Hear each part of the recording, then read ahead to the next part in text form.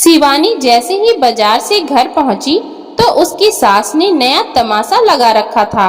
घर के बाहर आंगन में काफी भीड़ इकट्ठा थी। उसकी सास कांति जी आंगन पे बैठकर रोते हुए कह रही थी, देख लो लोगों, सुबह से भूखी प्यासी बैठी हूँ और मेरी बहू मुझे ये न जाने कब की बदबूदार बासी रोटी खाने के लिए देकर गई है। मैं ये रोटी कैसे खाऊं? मुझे तो कुछ समझ में नहीं आ रहा है। शिवानी ये दृश्य देखकर हैरान रह गई थी, क्योंकि वह अपनी सास को खाना खिलाकर गई थी। मोहल्ले वाले उसे अजीब सी नजरों से घूरने लगे। शिवानी तुरंत ही अपनी सास के पास पहुंची और कहने लगी, माँ जी, आप ये क्या बोल रही हैं? मैंने तो आपको सुबह ही 4 पराठे, भिंडी की भुजिया, बूंदी का रायता और आम का अचार दिया था। आपने भरपेट नाश्ता किया है, फिर आप झूठ क्यों बोल रही हैं? तभी शिवानी का पति अनमोल भी स्कूटी की चाबी हाथ में लिए हुए घर के भीतर आया। घर के सामने इतनी भीड़ देखकर वह तो हैरान परेशान हो उठा। अंदर जाकर जब उसे सारा माजरा समझ में आया तो वो अपनी माँ से कहने लगा, माँ, ये सब क्या तमाशा है? शिवानी ने तो तुम्हें मेरी आंखों के सामने नाश्ता दिया था, फिर तुम ऐसा झूठ क्यों बोल रही हो? उसकी माँ कांति जी अपनी छाती पीटकर रोते हुए कहने लगी कि अब बुढ़ापे में मेरा बेटा भी बहू का पक्ष ही ले रहा है, तो मैं किसके सहारे जीऊंगी? ऐसे बच्चों के साथ रहने से तो अच्छा है कि मैं अकेले ही रह लूं। मुझे नहीं पता था कि मेरे पति के गुजरने के बाद मेरा बेटा भी यूं बदल जाएगा। जब घर की मालकिन मैं हूँ, फिर मुझे खाने पीने के लिए तरसना पड़ रहा है, तो मैं ऐसे बच्चों को अपने घर में क्यों रखूं? तुम लोग मेरे घर से निकल जाओ, मैं अकेले रह लूंगी। मैं कोई नौकर रख लूंगी, लेकिन अब मैं तुम्हारे साथ नहीं रहूंगी। मुझे ऐसे नालायक बेटा बहू नहीं चाहिए। अनमोल और शिवानी तो दंग रह गए थे, क्योंकि वे दोनों कांति जी के लिए बहुत कुछ करते थे। शिवानी तो सुबह से लेकर शाम तक अपनी सास के आगे पीछे ही घूमती रहती थी कि उन्हें अकेलापन महसूस ना हो। वह उनके दुख को कम करने की कोशिश करती थी। शिवानी के ससुर जी बहुत अच्छे इंसान थे। अपने मधुर व्यवहार से उन्होंने हमेशा परिवार को प्यार से ही सींचा था। शिवानी जब इस घर में बहू बनकर आई थी तो शुरुआत में ही उसे बहुत सारी समस्याओं का सामना करना पड़ रहा था, लेकिन उसके ससुर जी हमेशा उसके साथ मजबूती से खड़े रहे थे और उसकी सास को भी उससे कोई गलत व्यवहार नहीं करने दिया। अब जब ससुर जी का स्वर्गवास हो गया था तो शिवानी सोचती थी कि ससुर जी के बाद मम्मी जी का ध्यान रखना हमारा फर्ज बनता है, इसलिए वह हर तरह से अपनी सास की देखभाल कर रही थी। फिर भी उसकी सास उन लोगों पर झूठा आरोप क्यों लगा रही थी, ये बात उसे समझ में नहीं आ रही थी। उधर अनमोल के मन में भी गहरी ठेस पहुंची थी। वह भरे गले से बोला, माँ, अगर तुम्हें हम लोगों को इस घर में नहीं रखना है तो ऐसे ही बोल देती। हमारे ऊपर ये लांछन लगाने की क्या जरूरत थी? तब उसकी माँ गुस्से से दांत पीसते हुए बोली, मुझे अच्छे से पता है कि तुम दोनों चाहते हो कि मैं भूखी मर जाऊं। मुझे कुछ हो जाए, फिर मेरी संपत्ति पर तुम लोग ऐश करोगे। तुम लोगों को क्या लगता है कि मेरे पति गुजर गए हैं तो उसके बाद जो रुपए मुझे मिले हैं वह तुम्हें मिल जाएंगे? मुझे तो यही लग रहा है कि तुम लोग चाहते हो कि मैं भी इस दुनिया से जल्दी ही चली जाऊं और तुम लोग मेरे घर और मेरे रुपयों पर राज करो, लेकिन मैं ऐसा नहीं होने दूंगी।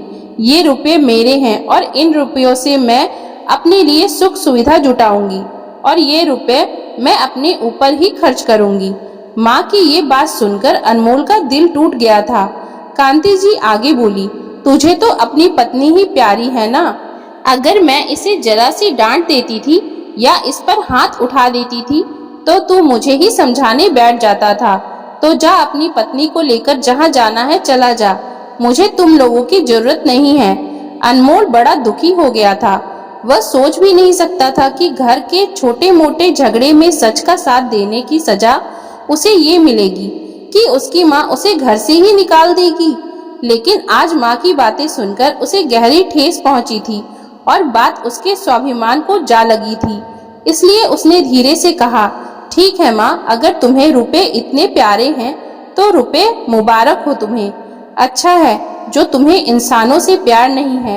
रुपए तो हमेशा तुम्हारे पास रहेंगे, तुम उनके सहारे आराम से जी सकती हो। इतना कहकर वह कमरे में चला गया और अपना सामान पैक करने लगा।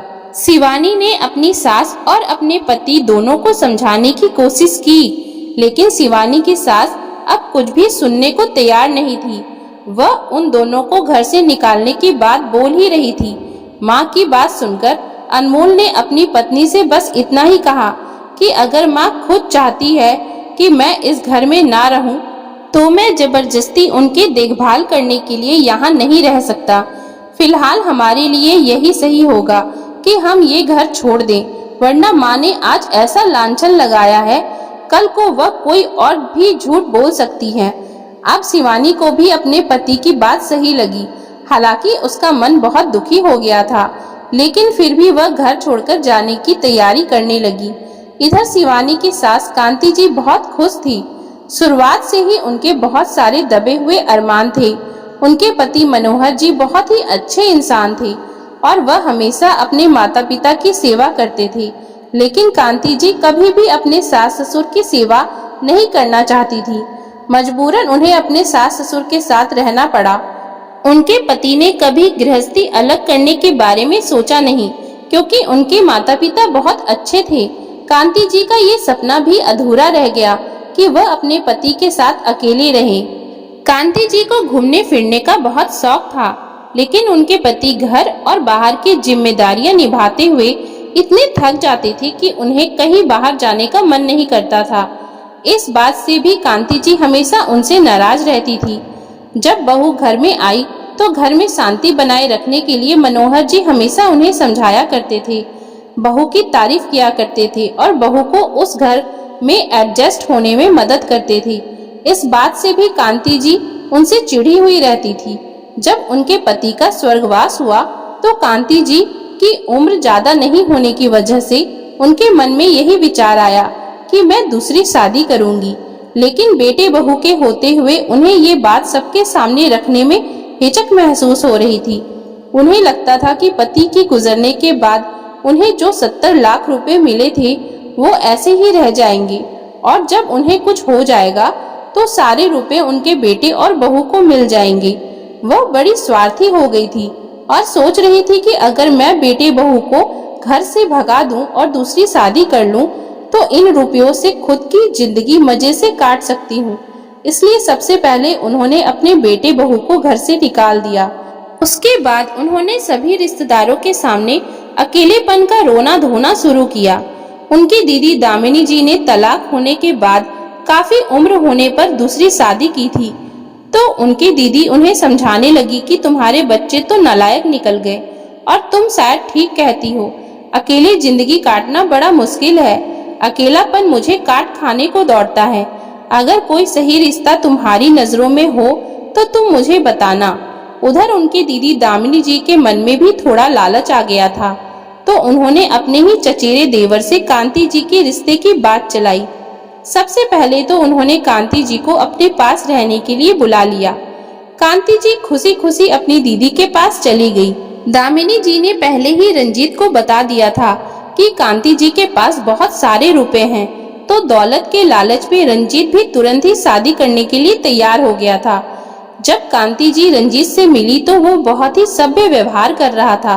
अपनी मीठी मीठी मजाक भरी बातों से वह कांति जी को हंसाने की कोशिश कर रहा था। कांति जी को लगा कि रिश्ता उनकी दीदी ने बताया है और जान पहचान का ही आदमी है, तो वह शादी के लिए तैयार हो गई। एक मंदिर में बहुत ही सीधे साधे तरीके से उन दोनों की शादी हो गई।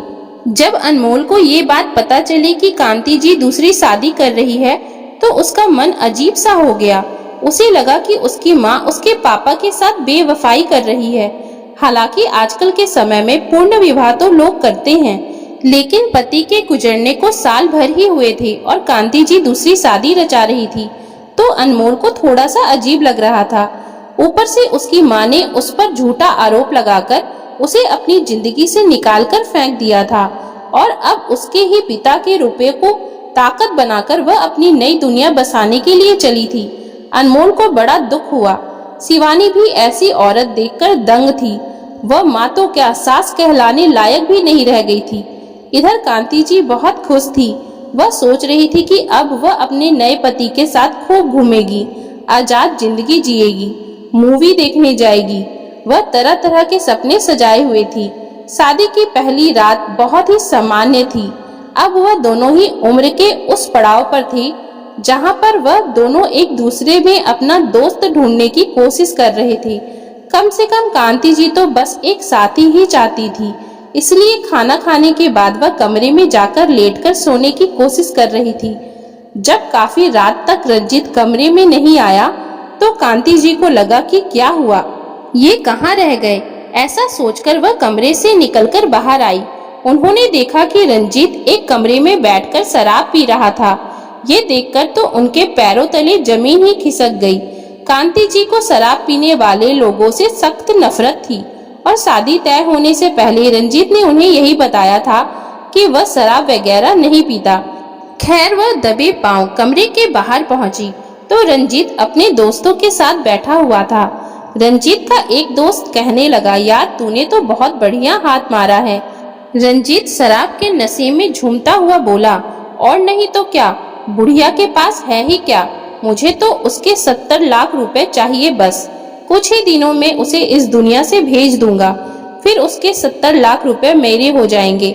इस उम्र में उसे बच्चों के बारे में सोचना चाहिए था कि उसके बच्चों का भविष्य क्या होगा। जो औरत अपने पहले पति की ना हुई, अपने सगे बेटे की ना हुई, वह मेरी क्या होगी। इसलिए मैं तो जल्दी से उसका सफाया करके उसके रुपए हड़प लूंगा।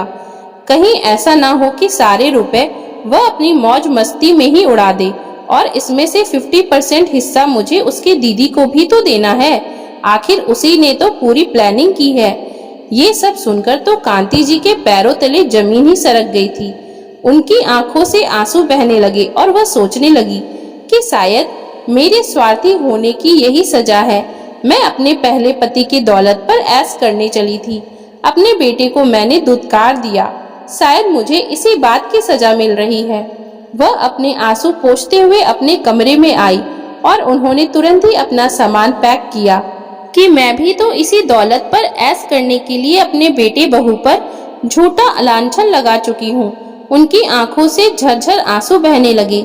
उन्होंने उसी रात अपने बेटे को फोन किया और फोन पर उससे माफी मांगी। अगले दिन ही अनमोल और शिवानी घर चले आए थे। कांति जी ने बहू के सामने हाथ जोड़ते हुए कहा, बहू मुझे माफ कर देना। फिर अनमोल से बोली, बेटा तुम भी मुझे माफ कर दो।